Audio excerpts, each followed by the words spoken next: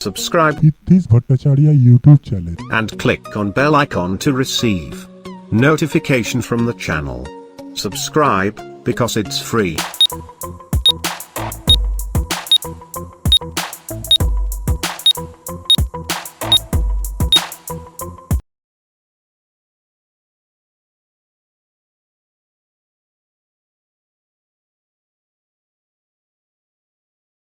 একটা সাইকেল হাতে পেয়ে হুড্ডুর দিকে আমি যাচ্ছিলাম, কিন্তু মাইল সাতেক না যেতে তার একটা টায়ার পাংচার হয়ে গেল।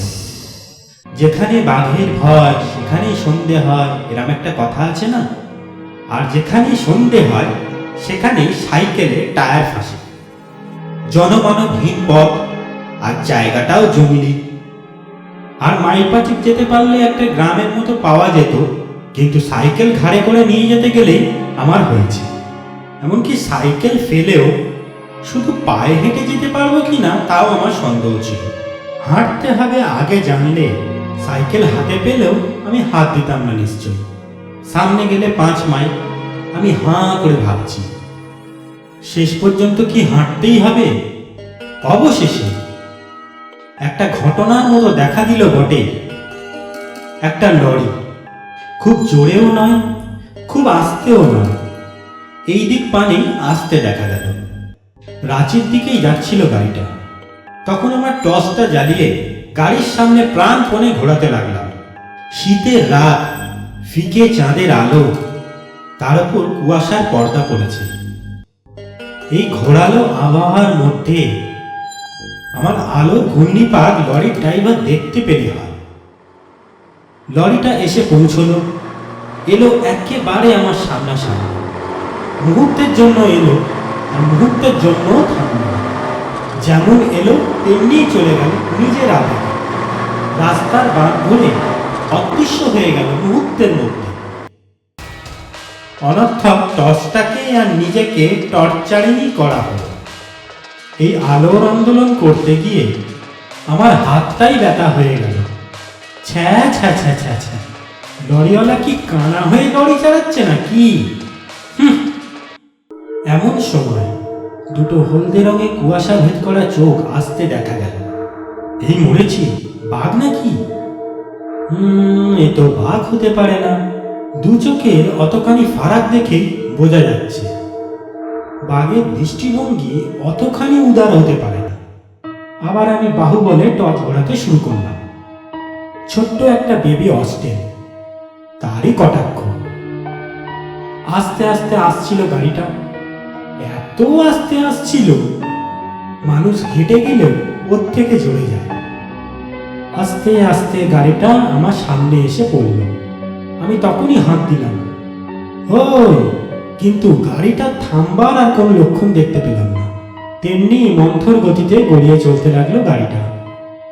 আমাকে পাশ কাটিয়ে যাওয়ার দুর্লক্ষণ দেখে আমি মরিয়া হয়ে উঠলাম। না, আর দেরি করা যাবে না, এক্ষুনি একটা কিছু করে ফেলা চাই। এসপার ওসপার যাই হোক, গাড়ির মালিকের নয় ভদ্রতা রক্ষা করার কোনো প্রয়োজন নেই, কিন্তু আমার তো আত্মরক্ষা করতে হবে।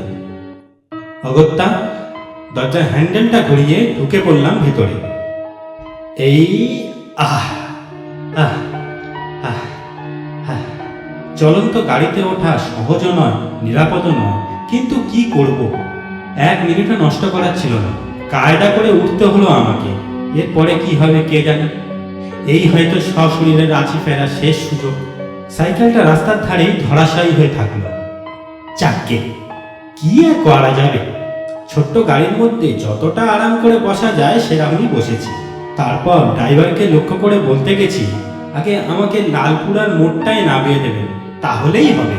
ডাক্তার জাদু কপালে বলতে বলতে আমার গলার স্বর উবে গেল। আমি হাঁ করে তাকিয়ে থাকলাম। আমার 2 চোখ ঠিকরে বেরিয়ে আসতে চাইল।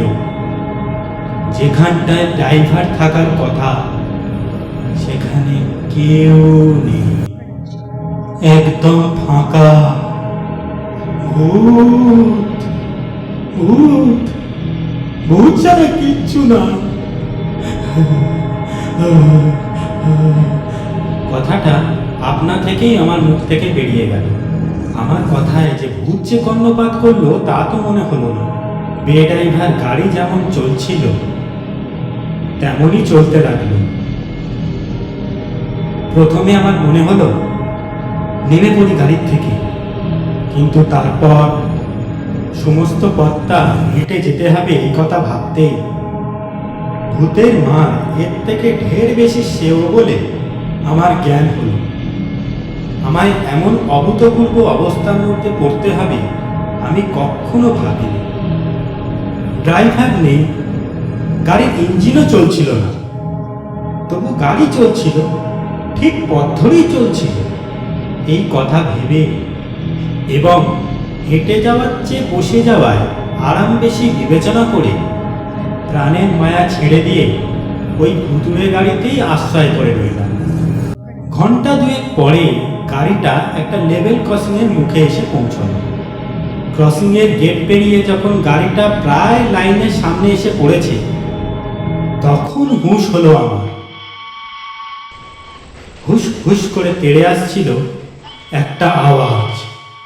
রেলগাড়ির আগমন কানে আসতেই আমি চমকে উঠলাম। আপ কিংবা ডাউন একটা গাড়ি এসে পড়ল বলে অদূরে তার ইঞ্জিনের আলো দেখা যাচ্ছে, কিন্তু আমার গাড়ি থামবার কোনো উৎসাহ নেই। বিনা পয়সায় গাড়িতে চেপেছি বলে কি অদৃশ্য ভূত নিজের তল ভারী করতে চায় নাকি? নিঃশব্দ রাতে শান্তি ভঙ্গ করে গম গম করে ছুটে আসছিল সেই ট্রেনটা। তার জ্বলন্ত চোখে মৃত্যুর দূতের হাতছানি। আরে গাড়ি হাতলটা কোথায়? এক্ষুনি এই জমালায় রথ থেকে নেমে পড়া দরকার। আর এক মুহূর্ত দেরি হলেই হয়েছে। কোন রকমে দরজা খুলে বাইরের দিকে বেরিয়েছি। আমিও নেমেছি আর ওই গাড়িটাও থেমেছে। আর সঙ্গে সঙ্গে সামনে দিয়ে রেলগাড়িটা গর্জন করতে করতে বেরিয়ে গেল।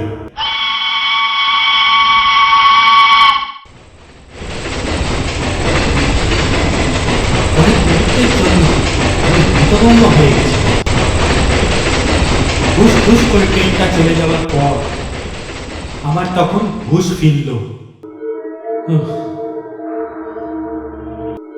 না, মারা যায়নি। হুঁশিয়ার হয়ে দেখলাম জলজ্যান্ত আছি এখনো, এবং মোটর গাড়িটাও চুরমার হয়নি।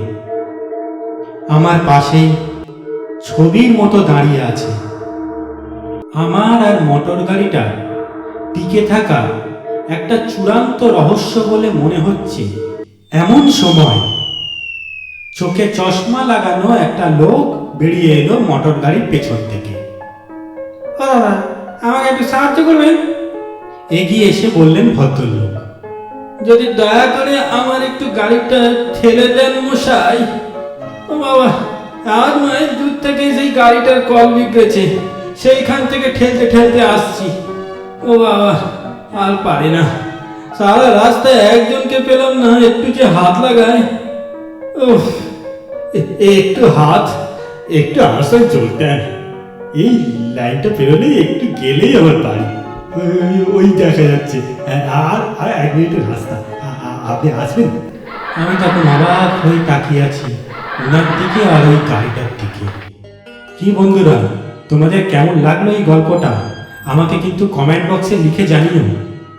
আর কয়েকদিন পর আরও একটা নতুন গল্প আসছে এই চ্যানেলে। তোমরা কিন্তু সাবস্ক্রাইব করে রাখবে।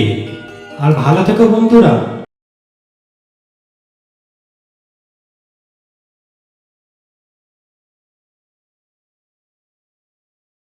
Subscribe Hitesh Bhattacharya YouTube channel. and click on bell icon to receive notification from the channel.